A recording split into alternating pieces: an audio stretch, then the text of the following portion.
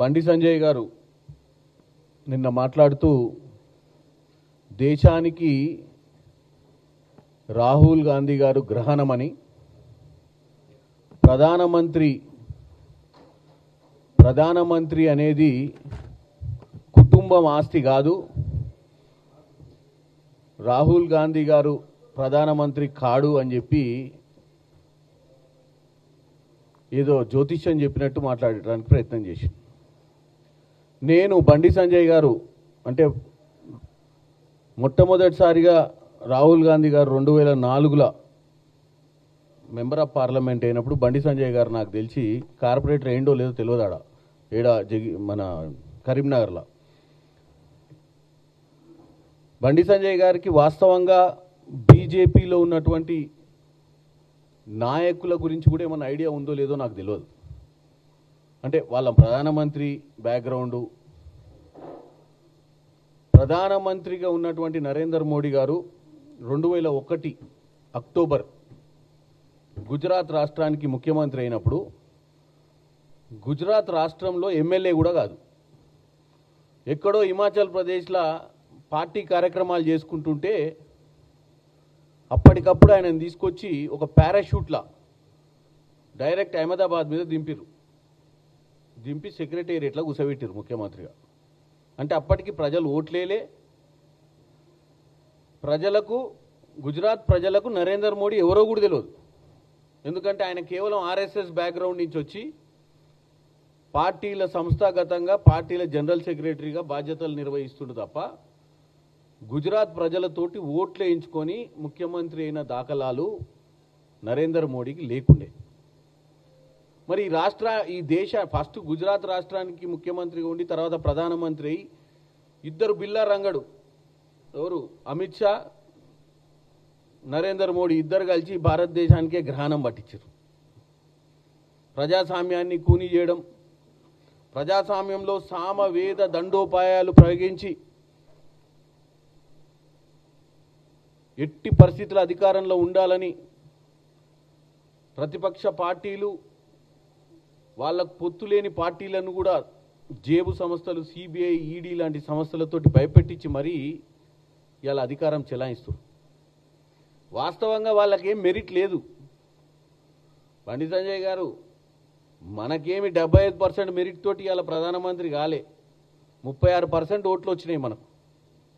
2024 ఎలక్షన్లల్లో బీజేపీకి భారతదేశ ప్రజలు ఇచ్చిన మార్కులు 36%. మిగతా అన్నీ చంద్రబాబు నాయుడు, నితీష్ కుమార్ లాంటి వాళ్ళను సామవేద దండోపాయాలు ఉపయోగించి వాళ్ళకున్నటువంటి పరిస్థితులను, వాళ్ళకున్నటువంటి రాజకీయ పరిస్థితులపై ఒత్తిడులు తీసుకొచ్చి ఇవాళ మీరు అధికారంలో ఉన్నారు. దీనికే చాలా గొప్పగా రాహుల్ గాంధీ లాంటి నాయకుడు గ్రహణం పట్టినట్టు, రాహుల్ గాంధీ అంటే ఆయన ప్రధానమంత్రి కాడని, ఈ దేశ ప్రజలు ఎల్లవేళలా బీజేపీకే ఓట్లేస్తారని, 36%కే నువ్వు 64% ఓట్లు మీకు వ్యతిరేకంగా పడ్డాయి. మీరు వద్దు, మీ దరిద్రపాలన వద్దని. ఇంకో విషయం చెప్పదలుచుకున్నా ఇదే బండి సంజయ్ గారికి. బండి సంజయ్ గారు రాహుల్ గాంధీ గారు 2004లో మొట్టమొదటిసారిగా లోక్సభకు ఎన్నికయ్యారు. ఆ రోజు ఆయనను మంత్రి పదవి తీసుకోవాలని యూపీఏ 1లో అంటే యూపీఏ 1లో 2004 నుంచి 2009లో ఆయన మంత్రి పదవి కోసం అడిగారు. ఆయన కేవలం నేను పార్టీ కార్యక్రమాలు తప్ప నేను మంత్రి పదవి తీసుకోనని చెప్పి పార్టీ జనరల్ సెక్రటరీ పోస్ట్ తీసుకొని యూత్ కాంగ్రెస్ ఎన్ఎస్యూ ఇన్ఛార్జ్గా పనిచేశారు. 2009లో ఆయనను ప్రధానమంత్రి కావాలని మన్మోహన్ సింగ్ గారే అడిగారు. వద్దండి, మీరే చేయండి, నేను రాజకీయాలు ప్రజల మధ్యనికి వెళ్తా, ఆర్గనైజేషన్ నడుపుకుంటా, ప్రజలు కాంగ్రెస్ పార్టీకి ఓట్లు వేసిర్రు, మీలాంటి ఒక సీనియర్గా ఉన్నటువంటి మీరు, ఒక ఫైనాన్స్ మీద గ్రిప్ ఉన్నోళ్ళు, ఆర్థిక వ్యవస్థ మీద ఒక పట్టున్న ప్రధానమంత్రిగా మీరు ఉంటేనే మంచిది, నాకు ఎక్స్పీరియన్స్ లేదని చెప్పి పక్కకు తప్పుకు.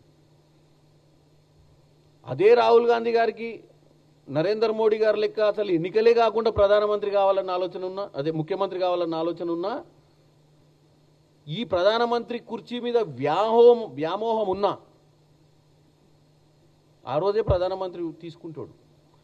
ఇప్పుడు ఆయన ఎన్ని సంవత్సరాలు, ఇది 2004, 2009, 2014, 2019, 2020 ఐదోసారి పార్లమెంట్ సభ్యుడైనాక ఇప్పుడు ప్రధానమంత్రి కావాలి, ప్రజలకు మంచి చేయాలని కోరుకోవడంలో తప్పు లేదు.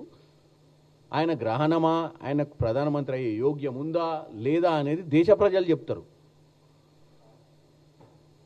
కాబట్టి నేను అనేది ఏంటంటే, దయచేసి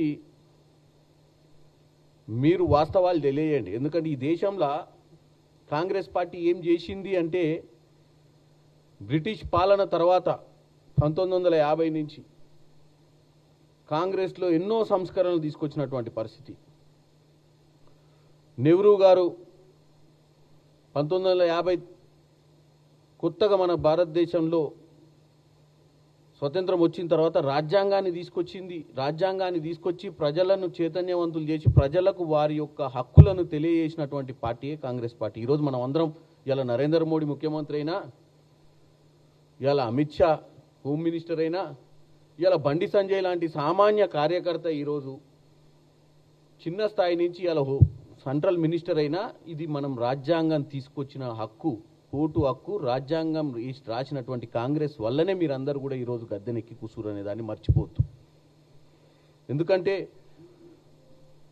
బ్రిటిషర్లు పరిపాలించి భారతదేశాన్ని ఏ స్థితిలో వదిలిపోయారో మీకు తెలుసు. అక్కడి నుంచి దాన్ని నరేంద్ర మోడీ గారు వచ్చింది 2014లో. అప్పటిదాకా ఈ దేశాన్ని జీరో అంటే ఏ స్థాయి నుంచి ఆ స్థాయి దాకా తీసుకొచ్చి నరేంద్ర మోడీ గారికి వదిలిపెట్టిర్రు. ఆయన నరేంద్ర మోడీని ప్రజలు గెలిపించింది వాస్తవమే, సరే ఒకసారి గెలిచిండు. ఇప్పుడు ఎట్లుందంటే వేరే ప్రతిపక్షాలే రాకుండా చేసే ప్రయత్నం కూడా చేస్తారు. ఐఐటీలు ఎవరు తీసుకొచ్చిర్రు? నాగార్జున సాగర్, శ్రీశైలం లాంటి డ్యామ్లు ఇరిగేషన్ కోసం కానీ, విద్యార్థులకు ఐఐటీ కోసం కానీ, ఫారెన్ పాలసీలు కానీ నెహ్రూ గారి ప్రభుత్వంలోనే కదా మొట్టమొదటిసారిగా తీసుకొచ్చి ఈ దేశాన్ని ప్రపంచ పటంలో నిలబెట్టింది. తర్వాత ఇందిరాగాంధీ వచ్చిన తర్వాత బ్యాంక్స్ నేషనలైజ్ చేసి సామాన్యునికి బ్యాంకులకు అనుసంధానం చేసి ఇంక్లూజివ్నెస్ పాలసీస్ తీసుకొచ్చిందే ఇందిరాగాంధీ గారు కదా. గ్రీన్ రెవల్యూషన్, వ్యవసాయము గ్రీన్ రెవల్యూషన్కి ఒక నాంది పలికిందే ఇందిరాగాంధీ గారి సమయంలో. అంతెందుకు పివి నరసింహారావు గారు లిబరేషన్, ప్రైవేటైజేషన్, గ్లోబలైజేషన్ అని చెప్పి టోటల్గా ఈ యొక్క లైసెన్స్ రాజ్ అంటే అప్పటిదాకా ఏం చేయలేం మనము, ఏం ఇండస్ట్రీస్ పెట్టుకోవాలన్నా కష్టము, ఒక సామాన్యుడు వచ్చి ఒక వ్యాపారవేత్త కూడా కావాలంటే కష్టం అన్న సమయంలో గ్లోబలైజేషన్ చేసి అన్నీ తీసుకొచ్చి పివి నరసింహారావు గారు ఓపెన్ సిస్టమ్ తీసుకొచ్చారు కదా మన దగ్గర. ఈరోజు ఇంతమంది వ్యాపారవేత్తలు వచ్చిర్రంటే మీ హయాంలో రాలే. ఇలా గుజరాత్లో ఉన్న అంబానీ అయినా మొట్టమొదటిసారిగా వ్యాపారం చేసుకొని ఆ స్థాయికి ఎదిగింది కాంగ్రెస్ ప్రభుత్వంలోనే. వాళ్ళు ఇచ్చిన ఫ్రీడమ్ తోటే టాటాలు, బిర్లాలే కాకుండా అదానీలు, అంబానీలు లాంటి వాళ్ళు కూడా పైకి వచ్చినటువంటి పరిస్థితి. మీరు వచ్చిన తర్వాత ఈ 5-6 మిగిలిపోయి మిగతా వాళ్ళంతా ఫినిష్ అయిపోయారు. మీరు వచ్చిన తర్వాతనే ఈ దేశంలో ఒక 5 కోసమే మీరు 5-6 కంపెనీలు, 5-6 ఇండస్ట్రీస్ల కోసమే మీరు చేస్తున్నటువంటి వ్యవస్థ ఉంది తప్ప ప్రజలకు కానీ చిరు వ్యాపారులకు కానీ మీరు చేసినటువంటి గొప్పతనం ఏం లేదు. కాబట్టి నేను బండి సంజయ్ గారికి చెప్పేది ఏంటంటే వాస్తవాలు తెలుసుకొని మాట్లాడాలని కోరుకుంటున్నాను. ఇక రెండోది, కిషన్ రెడ్డి గారు 10 సంవత్సరాల పాలన, ఈ 27 నెలల పాలన మీద శ్వేతపత్రం కావాలంటున్నాం. ఓపెన్గానే రోజు చెప్తున్నాం ఏం జరుగుతుందో. ఈ రాష్ట్రంలో 10 సంవత్సరాల పాలనలో దోచుకుపోయినదంతా, దోచుకున్న వాళ్ళు ఎట్లా దాచుకుర్రో, మేము వచ్చిన తర్వాత ఈ రాష్ట్రాన్ని గాడిలో పెట్టడానికి పడుతున్నటువంటి ఇబ్బందుల గురించి కిషన్ రెడ్డి గారికి తెలియని విషయం కాదు. ఎందుకంటే గతంలో ఎమ్మెల్యే ఉండు, ఇప్పుడు లోక్సభలో కూడా గెలిచి ఎంపీగా అయ్యింది. మీరేమి బయటోళ్ళు కాదు, మీరేమి ఢిల్లీలోనే పుట్టలేదు, ఢిల్లీలో రాజకీయాలకి అలవాటు కాదు. మీరు మొన్నటిదాకా పార్టీ అధ్యక్షులు కూడా ఇక్కడ పనిచేసారు. మీకు పార్టీ అధ్యక్షులుగా ఉన్నప్పుడు కూడా ఈ రాష్ట్రం దోచుకున్నటువంటి పరిస్థితుల్లో కూడా మీరు సెంట్రల్ మినిస్టర్గా ఉన్నారు గత 10 సంవత్సరాల్లో. మీరు ఇప్పుడు వచ్చి పదే మధ్యన 1-2 సార్లు ప్రెస్ మీట్లు పెట్టి ఈ రాష్ట్ర భవిష్యత్ గురించి, రాష్ట్రంలో జరిగిన గత పాలనల గురించి మాట్లాడే బదులు, కొత్తగా ఏర్పడ్డ రాష్ట్రం 2014 అప్పుడే మీరు అధికారంలోకి వచ్చిర్రు. మీ బిల్లా రంగా కూడా ఆడ అధికారంలోకి వచ్చిర్రు. నరేంద్ర మోడీ, అమిత్ షా. మీరు కూడా సెంట్రల్లోనే ఉన్నారు కదా.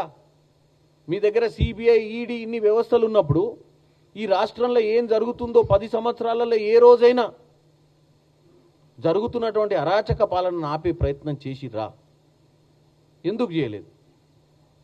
ఈరోజు ఈ దౌర్భాగ్య పరిస్థితి, ఈరోజు నీళ్లు, నిధులు, నియామకాల నినాదంతో 1600 మంది బలిదానాలు చేసిన తర్వాత వచ్చిన తెలంగాణలో ఇవాళ అప్పుల రాష్ట్రంగా మారిపోవడానికి కారణాలు ఎవరు? కిషన్ రెడ్డి గారు, మీకు కూడా అధికారం ఇచ్చారు కదా. మిమ్మల్ని కూడా ఒక ఎంపీని చేసి ఢిల్లీకి పంపించినప్పుడు, మీరు సెంట్రల్ మినిస్టర్గా ఉన్నప్పుడు మీకు కూడా ఇదే తెలంగాణ ప్రజలు ఓట్లు వేసారు కదా. మరి వాళ్ళ గురించి కూడా ఆలోచించి మీరు దయచేసి ఆ రోజే దొంగతనాలు, ఈ లూటీ జరగకుండా ఆపడాల్సిన అవసరం ఉండే కదా ఈ రాష్ట్రాన్ని. ఇవాళ 10 సంవత్సరాలు ఏం జరిగింది అని మీరు ఈరోజు కొత్తగా అడుగుతున్నారు. 2.5 సంవత్సరాలు ఏం జరిగిందో మేము ఓపెన్గానే చీకటి జీవోలు తీసినటువంటి దాఖలాలు లేవు. మా ప్రజాపాలన చాలా క్లారిటీ తోటి, క్లిస్టల్ క్లియర్ తోటి, విజిబిలిటీ తోటే ఉంది. మా మంత్రులు ఏ జీవో తీసినా ప్రెస్ మీట్ పెట్టే చెప్తుర్రు. వాళ్ళ మాదిరిగా 10 సంవత్సరాలు చీకటి జీవోలు ఇచ్చి మంత్రులు ఎక్కడి నుంచి పరిపాలన కూడా అందిస్తుర్రో తెలియకుండా రాజకీయాలు చేయలే. మరి అప్పుడు మీరేం చేసిర్రు? ప్రశ్నలు అడగకుండా. కాళేశ్వరం కట్టే ముందు కాళేశ్వరంకి జరిగినటువంటి ప్రాజెక్ట్ కాస్ట్ ఎందుకు ఎస్కలేట్ అవుతుందని అడిగిర్రా? తుమ్మిడి అట్టి దగ్గర నుంచి కాళేశ్వరాన్ని తీసుకొచ్చి 30,000 కోట్ల నుంచి 1,00,000 పైచిలకు కోట్లకు ఎందుకు పోతుంది? ప్రజాధనాన్ని ఎందుకు దుర్వినియోగం చేస్తున్నారని అడిగిర్రా? ఎందుకు ఇన్ని లక్షల కోట్లు అప్పు చేస్తుర్రు? వడ్డీలు ఎట్లకెళ్ళి తెచ్చి కడతారు? రేపు రాష్ట్ర భవిష్యత్ ఏందని అడిగిర్రా కిషన్ రెడ్డి గారు ఏ రోజన్నా? మీ దగ్గర ఫైనాన్స్ మినిస్ట్రీ నుంచి ఎందుకు చెక్స్ అండ్ బ్యాలెన్సెస్ పెట్టి ఆ రోజే ఆర్థిక నిపుణులతోటి ఈ రాష్ట్రంలో జరుగుతున్న అన్యాయాన్ని, ఈ రాష్ట్రంలో కార్పొరేషన్ల పేరిట కూడా అత్యధిక వడ్డీలకు రుణాలు తెస్తుర్రు అని చెప్పి ఈ రాష్ట్రం ఫ్యూచర్లో ఏమైందని ఎందుకు ఆలోచించలేదు కిషన్ రెడ్డి గారు? అన్నీ ఉన్నాయి కదా మీ దగ్గర అంగుళాలు. అధికారం ఉంది ఢిల్లీలో, మీ దగ్గర వ్యవస్థలు ఉన్నాయి, మీ దగ్గర సిబిఐ, ఈడీఏ కాకుండా ఫైనాన్షియల్ వింగ్స్ కూడా ఉన్నాయి చెక్స్ అండ్ బ్యాలెన్సెస్ చేయనికే. మనకు వచ్చే ఆదాయం ఎంత, ఈ రాష్ట్రం మిగులు రాష్ట్రంగా వచ్చే ఆదాయం ఎంత, ఖర్చు ఎంత పెడుతుర్రు, ఎన్ని ప్రాజెక్టులు కడుతుర్రు, ఆ ప్రాజెక్టులకు వడ్డీలు ఎక్కడి తెస్తుర్రు, ఎంత పర్సెంటేజ్ ఆ వడ్డీలకు తెస్తుర్రు, నెల నెల కిస్తీలు ఎట్లా కడతారు? మరి ఎందుకు ఆలోచించలేదు కిషన్ రెడ్డి గారు? అంటే మనకు నిమ్మకు నీరెత్తినట్టు ఉంటే ఏమన్నా మనకు వర్కౌట్ అయిద్దనా? కేవలం ఇట్లా ఉంటే బీఆర్ఎస్ మీరు కలిసి కుమ్మక్కై మీకు 8 ఎంపీలు ఇచ్చినట్టు, అవయదానం చేసి 8 ఎంపీలు ఇచ్చినట్టు ఏమన్నా అండర్స్టాండింగ్ అయిందా మీకు?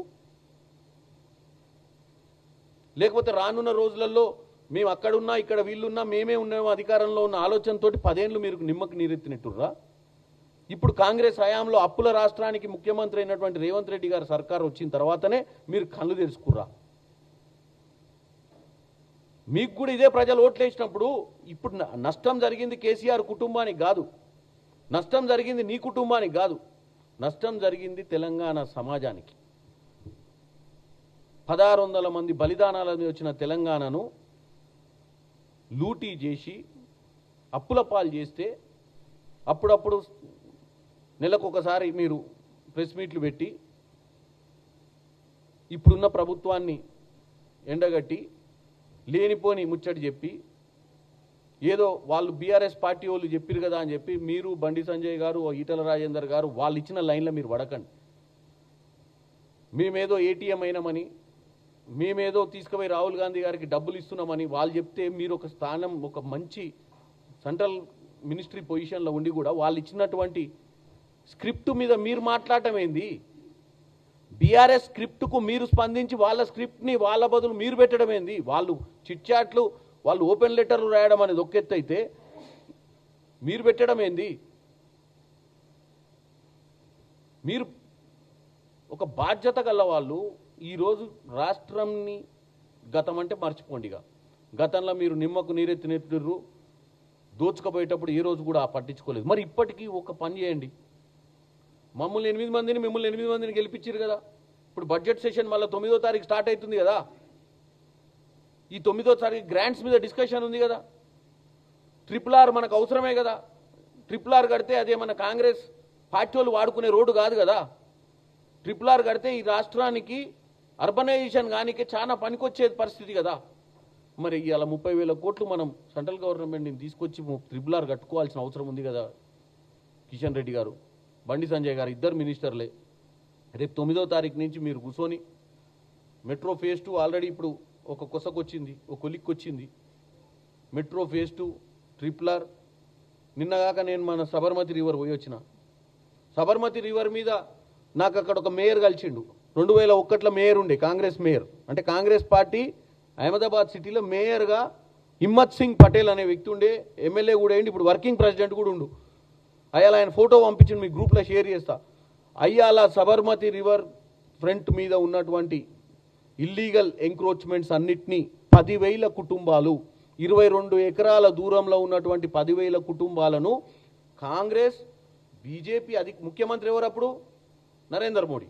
ముఖ్యమంత్రి నరేంద్ర మోడీ ఉంటే సిటీల మేయర్గా ఉన్నటువంటి కాంగ్రెస్ పార్టీ కూడా ఓ మంచి పని నడుస్తుంది, ఈ పని వల్ల మా అహ్మదాబాద్ సిటీకి మంచి పేరు వస్తుంది, దీనివల్ల ప్రపంచ ప్రఖ్యాతి నగరంగా దీనికి ఒక ఏమంటారు విజిబిలిటీ కనపడుతుందన్న ఉద్దేశంతో పార్టీలకు అతీతంగా డెవలప్మెంట్ని దృష్టిలో పెట్టుకొని ఆ 10,000 కుటుంబాలను అందరు కలిసి కదిలిచ్చి ఒక ఆడ పెట్టి వాళ్ళని సేఫ్ గార్డ్ చేశారు. అంటే మీ ముఖ్యమంత్రి ఉన్నప్పుడు మా కాంగ్రెస్ వాళ్ళందరూ కానీ అన్ని పార్టీల వాళ్ళు అంత పాజిటివ్గా పనిచేసి ఒక మంచి ప్రాజెక్ట్ చేసుకున్నప్పుడు ఇక్కడ మూసి చేసుకున్నప్పుడు ఎందుకు మీరు కోఆపరేట్ చేస్తలేరు? 1 ఇయర్ క్రితం మూసీ ప్రాజెక్ట్ అక్కడెక్కడో బెడ్ మీద ఉన్న ఇల్లు, అంటే 6 నెలలకు ఒకసారి వరదలు వస్తే కొట్టుకపోయే ఇల్లులను తీస్తుంటే పోయి కిషన్ రెడ్డి ఆడ మంచం వేసుకొని పండుకున్నాడు అడ్డంగా. మరి డెవలప్మెంట్కి ఎందుకు వ్యతిరేకం మీరు? ఎంక్రోచ్మెంట్స్ ఉంది వాస్తవమే, మరి ఎంక్రోచ్మెంట్ గత ప్రభుత్వాలు తప్పు చేసినాయి, కొన్ని పర్మిషన్లు ఇచ్చినాయి వాస్తవమే. మరి ఇప్పుడు డెవలప్మెంట్ ఎట్లా చేసుకోవాలి? ఈ హైదరాబాద్ నగరాన్ని ఎప్పుడు వానాకాలం వచ్చినప్పుడల్లా మునగకుండా చూసుకోవాలంటే కాలువలు, నాలాలు, చెరువులు అన్ని క్లియర్ చేసుకోవాలి కదా. హైడ్రా మీద ఎందుకంత వ్యతిరేకత మీకు? హైడ్రా మీద 1-2 ఇన్సిడెంట్ తీసుకొని పెద్ద ప్రచారం చేస్తుంది తప్ప హైడ్రా వల్ల లక్షల మందికి జరిగే బెనిఫిట్ని ఎందుకు మీరు రాజకీయమే చేస్తారు? ఎందుకు ప్రజల బాగోగులు ఆలోచిస్తలేరని చెప్పి నేను ఎస్పెషల్లీ బీజేపీ నాయకులను, బీఆర్ఎస్ వాళ్ళను కూడా అడుగుతున్నా. మళ్ళీ మీరు అధికారం 10 ఏళ్ళు ఉన్నారు కదా, మీకు ఎంత అదృష్టం ఉంటే మిమ్మల్ని నమ్మి ఈ రాష్ట్ర ప్రజలు తెలంగాణ కాంగ్రెస్ పార్టీ హయాంలో వచ్చినా, యూపీఏలో తెలంగాణ మీద ఉన్నటువంటి పట్టుతోటి వచ్చినా మిమ్మల్ని నమ్మేస్తే మీరు 10 ఏళ్ల తర్వాత కూడా ఈ రాష్ట్రాన్ని బాగు కావద్దు, కాంగ్రెస్ పార్టీ హయాంలో రేవంత్ రెడ్డి గారు ఎప్పటికీ కూడా పర్ఫామ్ చేయొద్దు, ఆయన ఈ ముఖ్యమంత్రిగా ఉన్నంతసేపు ఏ పని కావద్దని కాళ్ళల్లో కర్రలేసుడే తప్ప ఎందుకు సహకరిస్తలేరో నాకు అర్థం కావట్లేదు. కాబట్టి నేను ఒకటే చెప్తున్నాను, ముఖ్యంగా బీఆర్ఎస్ నాయకుల కంటే చెప్పాల్సిందే, వాళ్ళకి మైండ్ దొబ్బింది, వాళ్ళు ఏదో పట్టాలు తప్పిపోయి ఎన్నో తిరుగుతున్నారు వాళ్ళు. ఇప్పుడు కూడా ఏదో చిట్ చాట్ పెట్టి ఏదో మాట్లాడుతున్నట్టుండు హరీష్ రావు. మరి ఏం మాట్లాడుతాడు ఆయనకి ఇవాళ? మరి రోజుకో ఒక సబ్జెక్ట్ పట్టుకొని వస్తారు, రాత్రి సబ్జెక్ట్, పొద్దునో సబ్జెక్ట్. నేనైతే వీళ్ళిద్దరికి చెప్తున్నా, ఇద్దరు బాధ్యత గల రూలింగ్లో ఉన్నటువంటి సెంట్రల్ మినిస్టర్లకు, ఈ రాష్ట్రము మన రాష్ట్రము, మేము అందరం ప్రజలతోటి ఎన్నుకోబడి ఈరోజు మనం పార్లమెంట్లో కూర్చున్నాం. ఈ బడ్జెట్లో ఈ రాష్ట్రానికి మంచి జరగాలన్న ఆలోచనతోటి మీరు పనిచేయాలి. గత 10 ఏళ్లలో ఏం జరిగిందో మీకు తెలుసు, ఈ 2.5 సంవత్సరాలు ఏం జరుగుతుందో మీకు తెలుసు, ఇంకా రానున్న 2.5 సంవత్సరాలు ఏం చేయాలనో మీకు తెలుసు. కేవలం మీరు ప్రేక్షక పాత్రనే వహిస్తారా? దొంగలు పడ్డ 6 నెలలకు కుక్కలు మురిగినట్టే మురుగుతారా? ఏమన్నా ఈ రాష్ట్రానికి మంచి చేస్తారా అనేది మీరు ఆలోచించుకోవాలి. నమస్కారం.